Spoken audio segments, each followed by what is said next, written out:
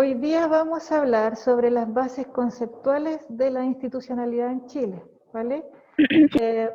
¿Sí? Para eso, lo primero que tenemos que ver es el concepto de Estado. Nosotros hablamos el año pasado sobre el concepto de Estado. Se trata de, el Estado es una agrupación humana que se fija en un territorio determinado y en la que existe un orden social, jurídico y político, que va siempre orientado hacia el bien común y que se establece y se mantiene por una autoridad que tiene poder de coerción. Es decir, que tiene la facultad, tiene el poder de ejercer la fuerza para hacer valer las leyes. Dentro de los elementos del Estado está, por supuesto, el grupo humano, que es el conjunto de personas que viven en este territorio, el territorio, por supuesto, que puede ser real o ficticio, en donde el...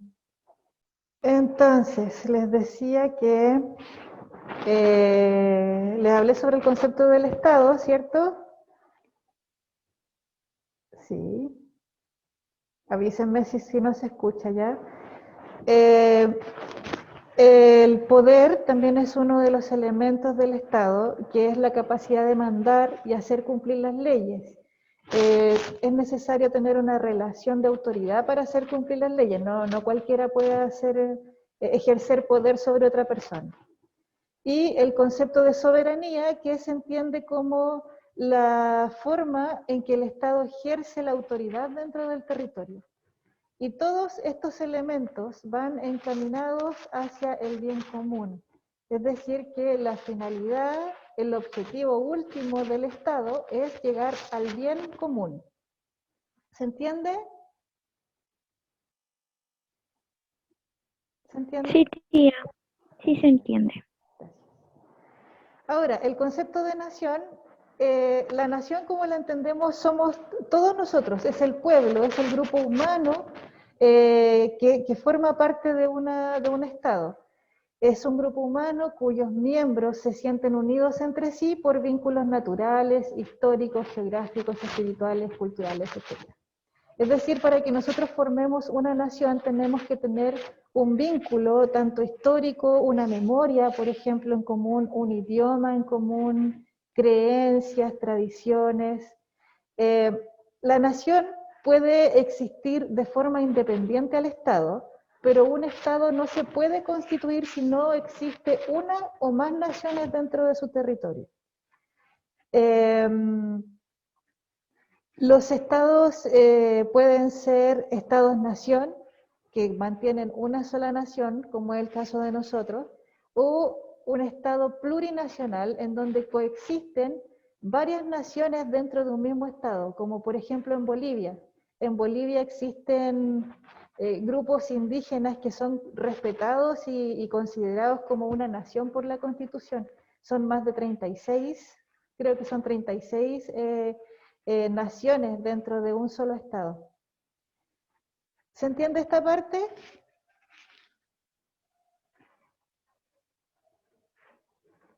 Sí, tía, sí se entiende. Bien.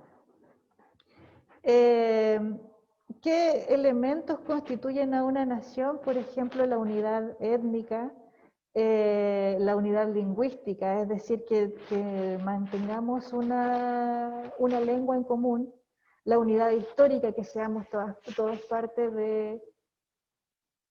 ay, todas partes de una sola historia, y que tengamos intereses comunes. Ahora, el concepto de régimen político se refiere al conjunto de instituciones y normas que regulan el gobierno y la lucha por el poder dentro de un Estado. Existen varios tipos de regímenes políticos. Por ejemplo, está el régimen monárquico en el que gobierna una sola persona. Puede ser un rey, puede ser un jeque, no sé, un faraón, un emperador, pero es una sola persona que, que tiene como limitaciones la voluntad divina o las leyes. Depende de cómo sea la elección o la designación de este monarca. Se clasifican en absolutas y constitucionales. Las monarquías absolutas, ustedes saben que es donde el rey manda todo y no hay separación de poderes. Y en cambio en las constitucionales, el rey aquí vendría siendo el jefe de Estado, pero no de gobierno. Hay un gobierno aparte del rey y, y siempre tienen que basarse en las leyes que dictamina la Constitución. Están los gobiernos democráticos, en los cuales los ciudadanos eligen a sus autoridades a través del sufragio, del voto. Se clasifican en presidenciales, como las que tenemos nosotros acá en Chile, semipresidenciales y parlamentarias. Y también están los gobiernos autocráticos, que son los gobiernos de una sola persona, o de un solo partido y que no tiene limitaciones legales. Es decir, aquí quien gobierna, lo gobierna todo también. Pueden clasificarse tanto en totalitarios como por ejemplo los nazis en su tiempo, y en autoritarios como por ejemplo las dictaduras militares. La dictadura militar que tuvimos acá en Chile era un gobierno autoritario. ¿Se entiende hasta acá? ¿Vamos bien? Sí, tía, sí se entiende. Genial, ya me estaba empezando a estresar con el internet.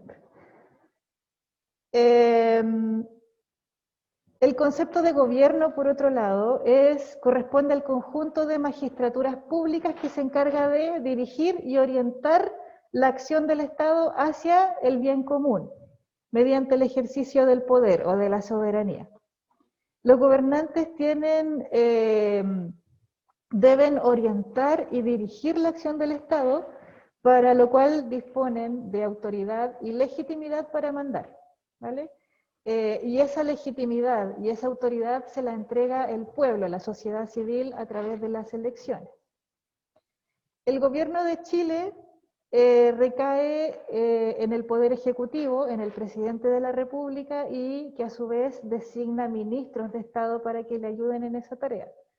La principal función del gobierno de Chile consiste en conducir todos los intereses de la nación a través de la dirección del Estado para el logro de sus fines.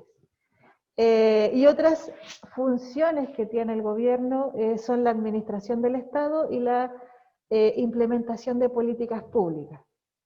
Es decir, como la idea siempre es encaminar, ¿cierto?, dirigir el Estado hacia el bien común.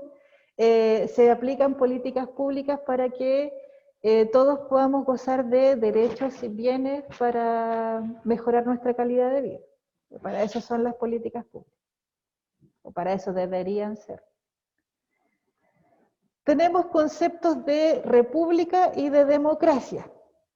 Nosotros somos una república democrática y por eso tenemos estas características. La república es una forma de organización del Estado en donde... Está quedando pegado. ¿Ahora sí? ¿Está mejor? Sí, solo que se pasa a quedar pegada y de repente como que su vocecita sale más rápido. Oh, lo siento, chicos, de verdad. Ahora lo voy a arreglar, ¿ya?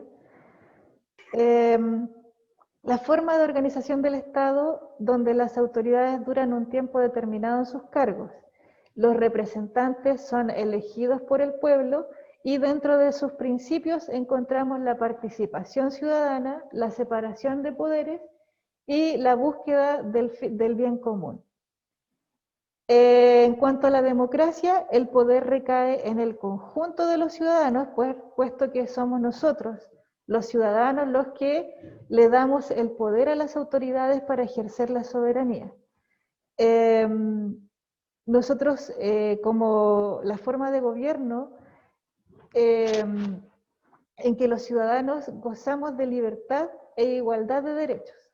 Nosotros tenemos dos tipos de democracia. Está la democracia directa y la democracia representativa. La democracia directa es la primera democracia, la que surge en Atenas, ¿cierto?, en el siglo V antes de Cristo, en la cual los ciudadanos participaban activamente de la política. Eran los mismos ciudadanos los que se gobernaban a ellos mismos. Ahora nuestra democracia es distinta, puesto que nosotros somos quienes elegimos representantes para que ellos nos gobiernen a nosotros. Por eso se llama democracia representativa. No somos nosotros mismos los que vamos a concurrir a hacer leyes, sino que vamos a votar por representantes que hagan esas leyes para nosotros. ¿Se entiende? ¿Se entendió? Sí, tía.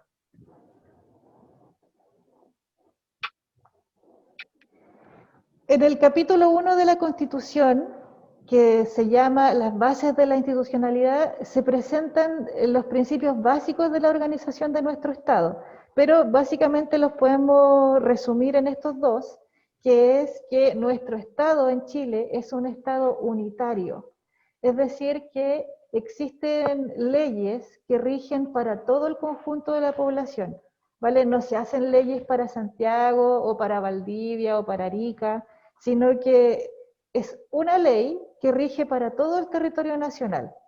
¿Se entiende eso? No es como en otros países que hay leyes distintas para los distintos estados o provincias, ¿vale? Aquí es la misma ley para todo Chile. Eh, y el otro principio es que Chile es un país soberano, es decir, es un país autónomo. A nosotros no nos manda nadie, como se dice coloquialmente. Tenemos nuestras propias leyes y no dependemos de ningún otro país en términos políticos, en términos de soberanía.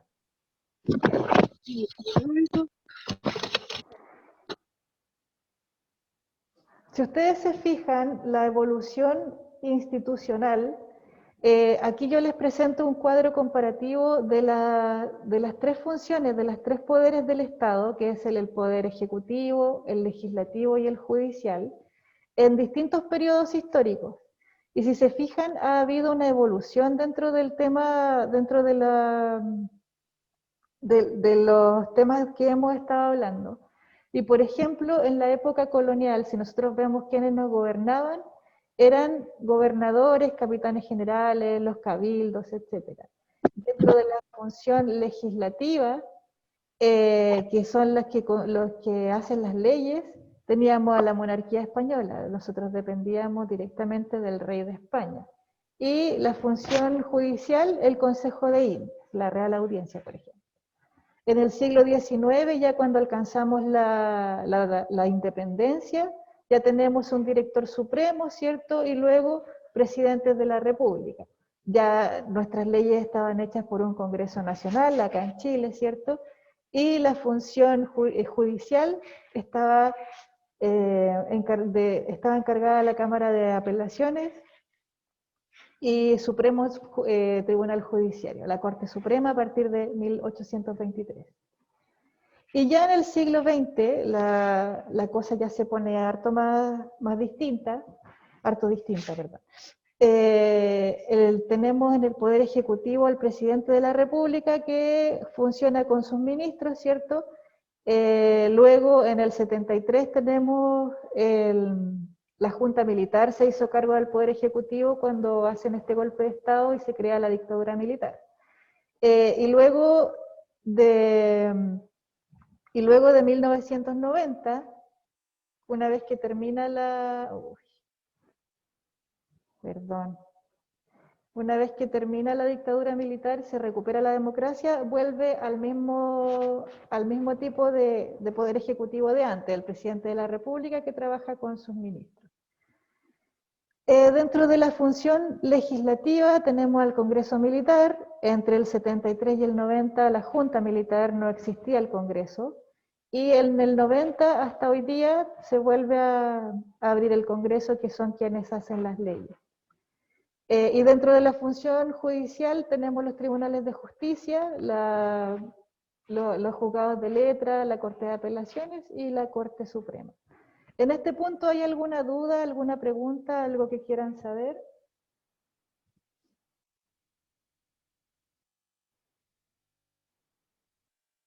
¿No? No, por mi parte nada, profesora. Gracias, Hasta el momento. gracias, Maura. Entonces, perdón que haya ido tan rápido, pero es que el internet está pésimo y la reunión dura 40 minutos nomás, ¿ya? En todo caso, yo les voy a enviar esta presentación para que ustedes la puedan ver. Si tienen alguna duda, me preguntan en el WhatsApp. Ustedes saben que no hay problema con eso, ¿ya? Entonces, para sintetizar, para ir terminando, el Estado tiene como finalidad el bien común, ¿vale? El bien común lo entendemos como que todas las personas que viven en este Estado puedan gozar de los mismos privilegios, ¿vale? Posee elementos como la población, el territorio, el poder y la soberanía. Dentro de la población tenemos que es un conjunto de personas, que puede ser un pueblo, que puede ser una nación, que está unida por vínculos materiales y espirituales. El territorio puede ser real o ficticio. Por ejemplo, un ejemplo de territorio ficticio pueden ser la embajada en otro país. Ejerce el poder a través del gobierno y el conjunto de autoridades, y mantiene soberanía que puede ser externa, ¿cierto? O sea, exigir igualdad frente a otros estados, o interna, que es el principio de autonomía de los estados. Dentro del conjunto de personas, de la población que vive dentro de un estado, tenemos a los ciudadanos, y estos ciudadanos poseen una estructura que es el régimen político. Y dentro de los regímenes políticos nosotros podíamos encontrar la monarquía, la democracia y la autocracia. En la autocracia, en los gobiernos autócratas, ¿cierto? Tenemos, por ejemplo, el totalitarismo y el autoritarismo. Y en la democracia puede ser parlamentaria, puede ser presidencial o puede ser semipresidencial. ¿Se entiende? Sí, tía, sí se entiende. ¿Todo bien? Sí, todo bien.